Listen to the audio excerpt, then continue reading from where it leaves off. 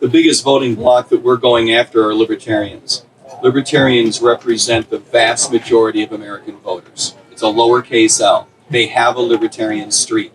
It is not age dependent. And if we go after them in a way that plays up any of their other identities, we're going to miss the boat, and we're going to miss the boat again. We as libertarians are the philosophical descendants of the people that put this country together, that put our Constitution together. We are the people that are going to stand up for the fight to get back to the Constitution, preferably someday further than that, right? No other party is going to stand up for your individual rights. No other party is going to tell people the truth, that your government does not represent your interests, that your government operates in the shadows, that your government is the one that lied to you about COVID, however you feel about the science, that your government is the agency that lies to you about foreign policy, however you feel about the foreign policy. Our government is not honest with you. My name is Mike. I'm running for president because I think that we not only have a big opportunity in 2024, but I think we have an obligation to do some things differently and to get some things right. After all, we all recognize that if we're waiting for the Republicans or the Democrats to do anything to stand up for your rights, we're waiting for something that I would argue is not going to happen. So if you're worried about the direction in which your government is going, actually if you're not, we need to talk, right? If you are worried about the direction in which your government is going, you got to recognize that we need to do some things differently next year. I mean nothing personal by my comments, but I am disappointed by some of the things that we've done in the past election cycles. So I'm here to try to move our party in a direction to do some things differently. I believe that we need to lead with a campaign that is very policy forward, that leads with the most transformational ideas. My platform is called the Gold New Deal. You can read about it at goldnewdeal.org. You can go to MikeTremont.com and read about it there. The reason I believe that policy is so important is because I believe it is what is going to differentiate us from the Republicans and the Democrats. And that's the number one thing that I believe that we have not done enough of in the past. We need to completely differentiate ourselves, not define ourselves in the context of the other parties. And by leading with the most transformational ideas, I think that we can do that. To do that, it also means that you have to run a campaign with a lot of professionalism and a lot of credibility. You can't just be out there with transformational ideas and run the risk that someone will think you're crazy, right? People already think I'm crazy. And to be fair, that these guys are crazy too. So I believe that you need to run with a lot of professionalism. We've already got a professional staff in place. And the credibility, in my case, of having participated in not one but two careers in public service and public policy as an economist, and then later on in life as a police officer. So I spent a lot of time talking about criminal justice reform as well as monetary and fiscal policy reform. I came to libertarianism from the right-hand side before I came to libertarianism from the left-hand side. I grew up a conservative economist. I was in the banking industry. I worked for the government for a couple of international agencies. I worked for the White House for a couple of years in budgeting, and quickly learned, as all of us, we used to be members of a different party many years ago. I quickly became disappointed with the Republican Party's inability to stick by what they were talking about in terms of fiscal conservatism. You'll learn real quick that they don't actually mean what they say. This is back in the 90s. And I drifted away from the Republican Party. I would actually argue that they drifted away from their fiscally conservative principles.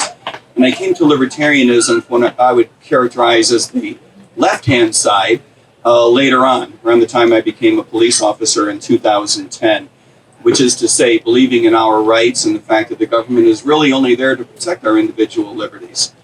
Becoming a police officer was an interesting experience for me, of course, because one of the things you learn is that you are the last line of defense in terms of protecting the populace from the government itself. You're not only there, ostensibly you sign up for the job because you want to protect people from having their rights removed by others in the form of crime. But one of the things you learn real quick is that it's also your responsibility, because no one else is going to do it. It's your responsibility to protect your constituents from the government itself. And so I came to libertarianism in the early 2000s, registered as a libertarian member of the party around the time I became a police officer, and learned over the next dozen years working in law enforcement how important it is that the government be very cognizant of its responsibility in protecting us from itself. It is true that we've had some upheaval in our party, and I would argue that in the main, this has been a step in the right direction. Chase is right, there have been some hurt feelings. I work with all of the major caucuses in our party because I think that there is a common theme running through them, which is really important to my campaign. And that is that we all believe that we need to do some things very differently going forward. And in a bold, loud, unapologetic way that differentiates us from the other parties. The campaign that I am running is not just policy forward, but aims to cleave a very hard edge against Republicans and a very hard edge against Democrats. And to do that, we need to stop defining ourselves, as I've mentioned before, in the context of the other parties. This is what we have done incorrectly, in my view, in the past, both as a strategic matter and, parenthetically, as an ethical matter. To define ourselves in the context of the other parties is lying to people. We are not fiscally conservative like Republicans because they're not fiscally conservative. We are not socially liberal like Democrats because they are not socially liberal. So if we tell people that we are a little bit like one party and a little bit like another party, not only are we failing ourselves strategically, but in my view, we are lying to them. So the campaign that I am running reflects what I believe is the best of each one of the caucuses and the best of the Libertarian Party that is unaffiliated with any of the caucuses. So yeah, we have a lot of people in my campaign who are members of the Mises Caucus. We have people who are members of the Classical Liberal Caucus. I participate and support the Radical Caucus because there are common themes that run through each of these groups that is very, very important to not only our party, but to our movement and to our campaign. I truly believe that the fact that our schools are monopolized by public providers is such a problem that is one of the propagating reasons why we have intergenerational poverty that we find so difficult to solve in the United States. And it is clearly a public policy problem, not a cultural problem, which is why I believe it's so important. It is obviously not a presidential issue, except to the extent to which a president can talk it down. The biggest issue for a president that we are really going to get a lot of traction on next year is foreign policy, particularly pointing out that the American public is sick of going to war.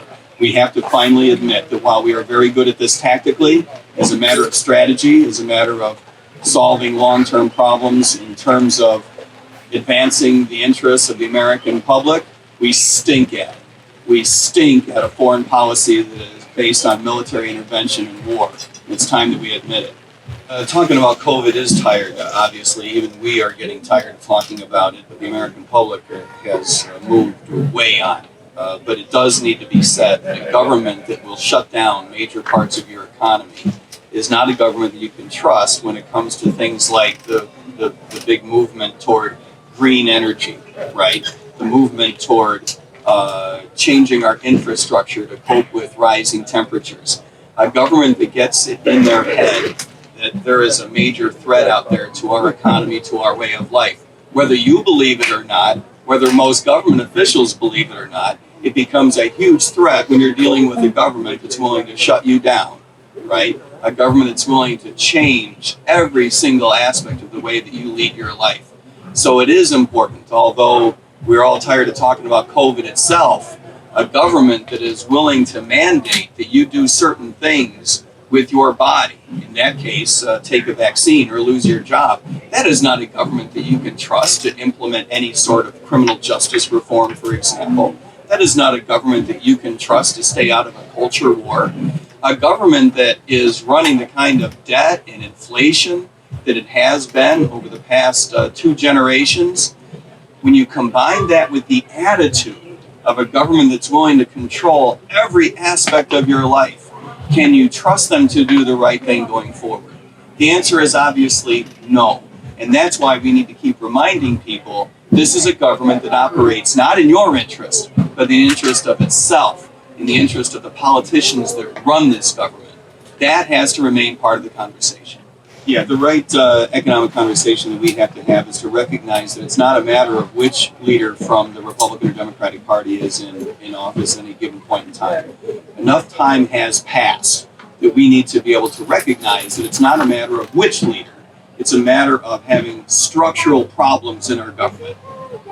Take the FBI as one example, which has been in the news a lot lately.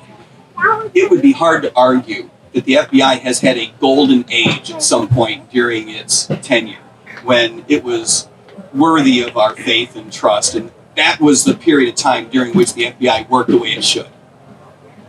The Defense Department, it would be hard to argue that certainly since World War II that there was a golden age when that's the period of time when it worked the way that we would have wanted it to, that it worked in our interest. The Federal Reserve System, tell me which decade is the one that you would point to if you were arguing in favor of preserving the Fed. The transportation, the education, the Office of Management, pick an agency. You cannot point to a decade and say, that's when it was really rolling. That's when it was rocking. That's what we need to emulate. Our problem is fundamental institutional. We need to go after these institutions at a very base level. It's not a matter of just replacing the bureaucracy in terms of who the leaders are. That's what we need to make people understand. Your government is set up in a way that requires structural change so that we can get back to a system that is not so powerful and leaning toward corruption. We believe as libertarians that a big part of that answer is to decentralize power out to the states. Anyone who's been audited by the IRS, as I have, knows it's an uncomfortable position, not necessarily because you think you've done something wrong, but because the power imbalance is insane, right? You need someone to stand up for you. You need a state to stand up to Washington. You can't do it on your own. This is the reason why the IRS needs to be sunset. This is the reason why we need to get rid of the income tax. Not merely to starve the federal government, which is another good thing to do, but because you need someone to stand up to Washington on your behalf. That's the reason why we need to decentralize power. Criminal justice reform is a tough issue because it's a cultural one. On the left, you've got plenty of people, particularly the Democratic Party, who still say things like defund the police. I appreciate the sentiment, but as a matter of moving us toward reform, it doesn't help. On the right, you've got people who still say back the blue in all cases. Again, I appreciate the sentiment. As a former police officer myself, thanks for your support, but even I don't say things that dumb, right? Reform is hard work. We need to find a way, and I have specific ideas, like replacing qualified immunity with the requirement to carry personal liability insurance, just as one piece of it. We need to find ways to impose market forces on the industry of law enforcement so that it works more like other businesses. The same thing with teachers.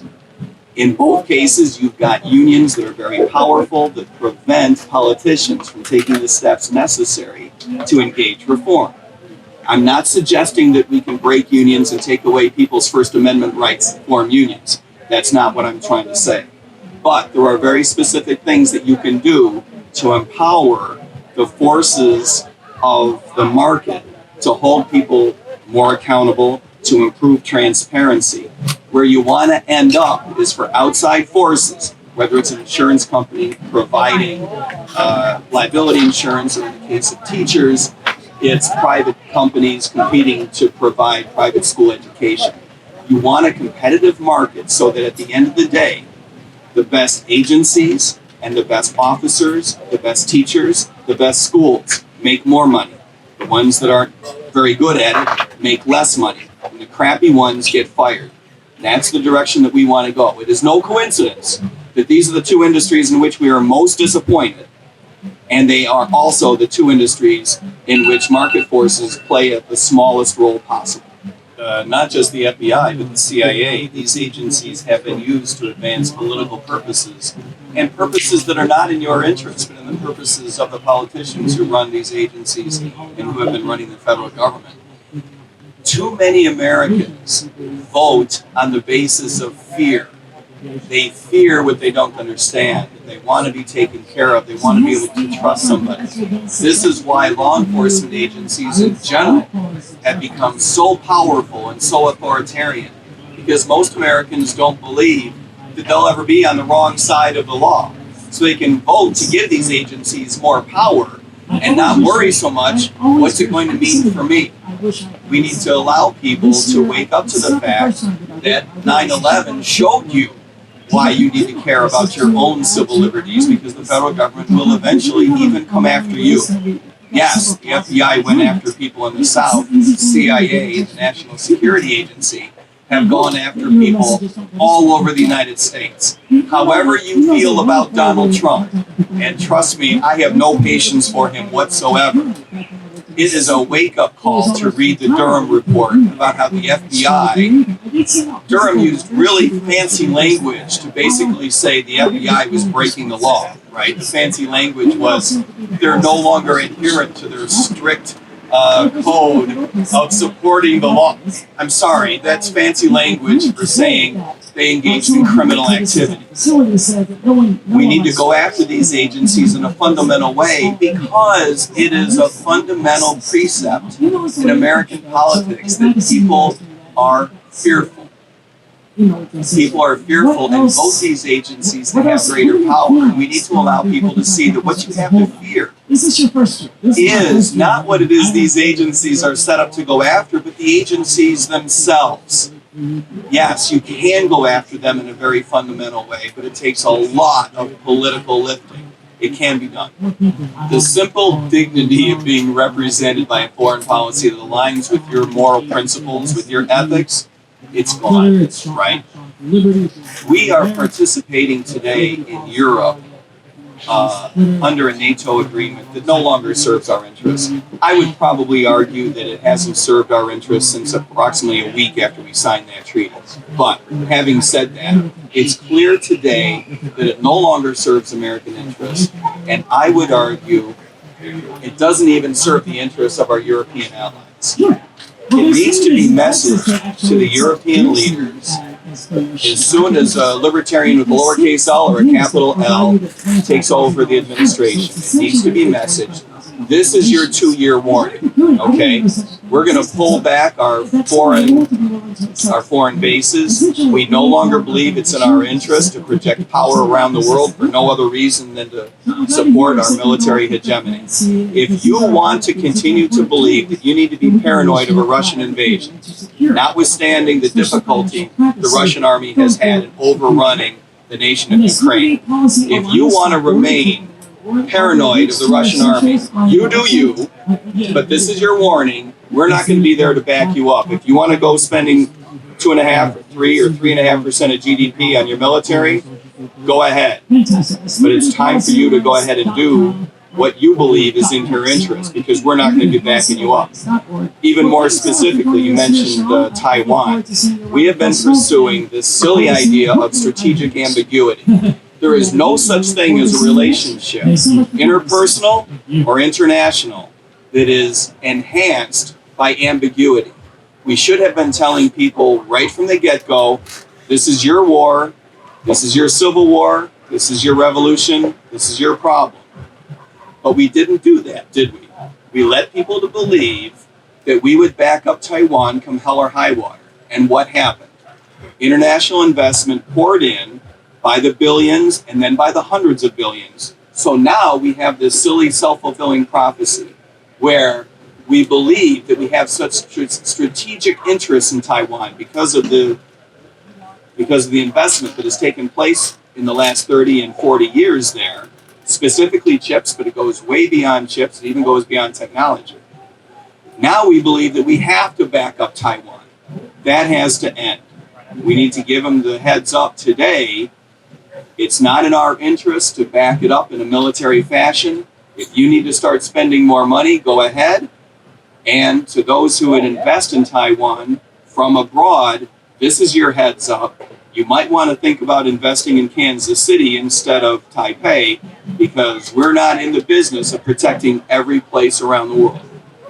today we have a much bigger opportunity than ever before in the sense that most Americans are waking up to the idea that a lot of our problems are caused by bad public policy.